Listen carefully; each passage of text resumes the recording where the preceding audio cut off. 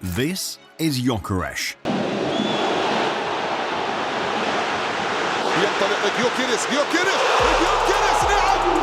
This is Henri. Henri, chance, goal! This is Vieira. It's on the edge of the penalty area, Patrick Vieira! This is Declan Rice. It's Rice. What a goal! Declan Rice with an absolute rocket! It's been over 20 years since Arsenal achieved footballing immortality. But if you're paying attention, you'll see the signs. The pieces are falling into place again. A dominant defence, a ruthless striker, a true midfield general, just like in 2004. Only now, it's Arteta pulling the strings. This is not just a rebuild. This might be a repeat, but what are the signs, and what does Arteta need to change to achieve that? Well, let's talk about it. Let's go back to 2003-04. That wasn't just a great season. It was one of the most complete and dominant campaigns we've ever seen in football. Arsenal didn't lose a single game, not one. They finished the season with 26 wins, 12 draws, and 0 losses. And they made it look controlled, not chaotic. This wasn't a lucky run, it was a statement of superiority. What made that season so special was balance. They had structure, discipline, and efficiency. Wenger's team didn't just attack, they imposed themselves on games. They could break you down with Henri's pace, cut you apart with Bergkamp's brain, and shut you out with Campbell's strength and Lehmann's control of the back. Everyone knew their role. No one was overplaying.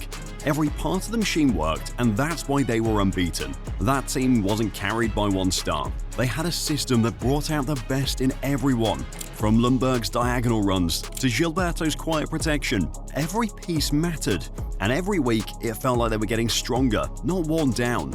It was a team built over time, with experience, chemistry, and total understanding. But here's the part people miss. That team didn't happen overnight. Wenger didn't build the Invincibles in 1 or 2 windows. It was a project. It took setbacks, it took belief, and it took time. Which brings me to now, and the man quietly building something very similar at Arsenal. Look at what Arteta has been doing over the past few seasons. It's not far off from how Wenger built his team. Just like Wenger trusted his core, Henri, Vieira, Bergkamp, Arteta has been shaping a core of his own. Ødegaard, Saka, Saliba, Gabriel. These are players he's stood by through ups and downs. And like Wenger, Arteta hasn't rushed anything. He's built patiently. 3 seasons ago, Arsenal were already in the title conversation. They finished second, but they were just 5 points behind Man City. It was the first sign that they were getting closer. The next season, they pushed even harder, and they came just 2 points short. They were top of the league for most of that season. The collapse came late, but you could feel it. They weren't far off. And last season, again they finished second. They didn't fix all the issues, but they were right there again. That's the pattern. Each season they've been chipping away at the gap, learning, adjusting, improving, but falling just short. And that's exactly what happened to Wenger in the 2002-03 season. He came second to Man United. He knew that the squad was almost complete. He just needed to fix 1 or 2 things. The next summer, he made one key change, and they went unbeaten. And now, just like Wenger, Arteta is entering a summer where the margins are thin. The difference between the second and first isn't massive anymore. It's 1 or 2 decisions, which takes us straight into that turning point Wenger had before the 2003-04 season. When Wenger finished second in 02-03, he didn't panic. He didn't overhaul the team. He understood what many managers don't, that when you're close, sometimes all it takes is fixing one gap. And for him, that gap was in goal. David Seaman had been a legend, but by that point, he wasn't at the same level anymore. Arsenal needed someone who could bring consistency, composure, and authority between the posts. That summer, Wenger signed Jens Lehmann from Borussia Dortmund. It wasn't the flashiest signing. It didn't grab headlines like a world-class striker would, but it was calculated, and it was spot on. Lehmann brought calmness to the backline. He played every league game that season, and Arsenal conceded just 26 goals. He wasn't spectacular every week, but he didn't need to be. He did his job. No drama, no dips in form. That one change gave the defense the confidence and stability it needed. That's the kind of move that defines great managers, seeing the missing piece before anyone else does. Wenger saw it, made the change, and the team responded. Everything else stayed the same, but the results changed. Now look at what Arteta is doing going into the next season. He's followed the same mindset, identifying the weak spots and fixing them with precision.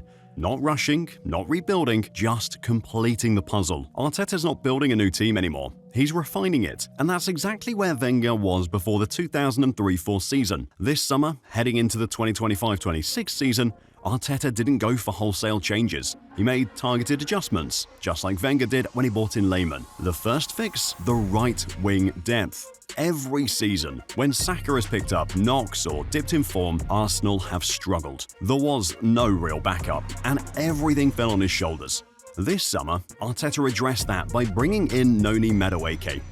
He's quick, left-footed, aggressive in 1v1 situations, and can slot in seamlessly when Saka's not available. It's not just about replacing Saka, it's about maintaining balance and threat even when rotation is needed. That's a smart solution to a recurring problem. The second, and probably most important, fix was up front. Arsenal haven't had a proper number 9 since Aubameyang left. Jesus has quality, but the injuries and inconsistency have made it hard for him to lead a title charge. Havertz tried, but he's not a natural striker, and it showed in the chances he missed. Arteta knew that if they were going to take the final step, they needed someone who could finish reliably and impose himself on defenders. So he brought in Gyökeres. This guy isn't just a finisher, he's a presence. He's strong, fast, relentless in the press and clinical in the box. With Gyökeres leading the line, those chances that Havertz missed last season, they don't go wasted anymore. And it's not just about goals, it's about what he brings to the structure. He stretches defenses, gives the midfield space, and opens up options for players like Ødegaard and Martinelli to attack the gaps. Arteta has studied the last 2 seasons. He's seen where Arsenal fell short, the lack of squad depth in key areas, the absence of a dominant number 9, and he's addressed them without overcomplicating things. But while everyone's focused on the new names, it's important not to forget what's already been built, especially the defense, because just like Wenger's Invincibles, Arteta knows that titles aren't just won with goals, they're secured by being hard to break down. By the way, if you're enjoying this video, please hit the subscribe button. Thank you. People always talk about the goals and the flair when they remember the Invincibles, but the real foundation of that 03-04 team was the defense. Arsenal conceded just 26 goals across the entire Premier League season. That backline, Lehmann in goal, Campbell and Toure in the middle, Ashley Cole and Lauren as fullbacks, it wasn't just solid, it was consistent. They didn't make mistakes. They didn't give away silly goals. And that stability at the back gave the rest of the team the freedom to express themselves going forward. Wenger knew that to go unbeaten, or even just win the league, you can't be fragile at the back. That's why bringing in Lehmann was so critical. It wasn't flashy, it was functional, and it worked. Now look at Arteta's Arsenal. Over the past few seasons, the biggest constant has been their defense. Going into the 2025-26 season, this is still the best defensive unit in the league. Saliba and Gabriel are arguably the best centre-back pairing in Europe right now. Calm under pressure, physically dominant, and rarely caught out of position. Behind them, you've got Raya, who may not be spectacular every game, but his composure and distribution fit exactly what Arteta wants from his keeper. And with Kepa as the second keeper, they're secured. On the flanks, there's flexibility. Timber can tuck into midfield or overlap. Ben White is reliable on both sides. Lewis Skelly adds technical control in possession. But the real anchor, the one who gives them shape, is Declan Rice. Just like Vieira did in 03-04, Rice protects the backline, closes down space, and leads without needing to shout. His positioning, awareness, and ability to snuff out danger are a huge part of why this team doesn't concede much. Arteta's defensive unit is not just solid, it's built with purpose. And that's why Arsenal were in the title race till the very end last season. You can't survive a 38-game campaign against City and Liverpool if your defense is shaky. Arsenal's isn't. And what makes it even more dangerous going into 25-26? The midfield now looks ready to dominate as well. If you want to control games and dominate a league season, you need a midfield that can do everything. Defend, dictate, and lead. That's exactly what Wenger had in 2003-2004. Patrick Vieira was the centerpiece, physically dominant, mentally sharp, and tactically intelligent. Around him, there was balance. Gilberto Silva brought defensive structure. Edu and Ray Parler gave energy, depth and reliability. That midfield wasn't about flash, it was about control. Now look at Arsenal heading into 2025-26. Declan Rice is starting to feel like Arteta's Vieira. He's everywhere, breaking up attacks, starting transitions, covering space. But it's not just the defensive work. Rice is becoming more vocal, more commanding, and more influential with each passing game. He's taking responsibility in tight matches, and that's something Arsenal have needed. Arteta didn't stop there. He added Martin Zubimendi, one of the most press-resistant midfielders in Europe. That's not a casual signing, that's a statement. Arteta wants control in the middle and Zubimendi gives him that. He's calm under pressure, smart with positioning and rarely loses the ball. Pairing him with Rice gives Arsenal a midfield that's not just hard to beat, it's hard to get the ball off. You've also got Ødegaard, who brings the creativity and rhythm, operating ahead of them as that advanced 8 or 10. He connects everything, but now with Rice and Zubimendi behind him, he can focus more on unlocking defenses without always worrying about covering ground in transitions. This trio, Rice, Zubimendi, Ødegaard, can give Arsenal the same type of midfield control that Wenger had in 03-04. It's the structure, the balance, and the leadership that allow a team to dominate from minute 1 to 90. And when you have that kind of midfield, your attack can thrive, which is exactly what Arteta has set up for the season ahead. If there's one thing that made the 2003-2004 Arsenal team so hard to stop, it was their attack. Not just the quality, but the variety. They weren't one-dimensional. Henry didn't just stay central. He drifted wide, pulled defenders out, and created space. Perez and Ljungberg were constantly interchanging, attacking the box from different angles. Bergkamp, as always, operated between the lines, threading passes no one else could see. That fluidity meant defenders never knew what was coming next. Now look at Arsenal going into the 2025-26 season. And for the first time under Arteta, this team has real attacking quality. You've got Gyokeres, who brings something different to everything they've had in recent years. He's strong, quick, relentless, and direct.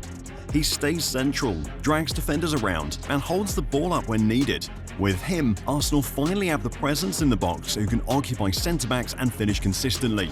Then there's Jesus, Havertz, Martinelli, Saka, Ødegaard, and now Noni, Madueke. Each of them brings something different. Havertz can drop in or push up and be that second striker in a 4-4-2. Jesus, when fit, offers mobility and link-up. Madueke adds width and unpredictability when Saka is rested or rotated. And Ødegaard, as always, is the connector, the one who keeps the tempo going and unlocks defenses. Arteta now has the flexibility to switch systems mid-game. He can go 4-3-3 with Gyökeres leading the line, Havertz and Ødegaard as advanced 8s. Or he can go 4-4-2 with Gyökeres and Havertz/Jesus up front, giving Arsenal more direct threat in transition. Just like Wenger's Invincibles, this team is no longer relying on one goal source. The goals can come from wide, central, or even deep midfield.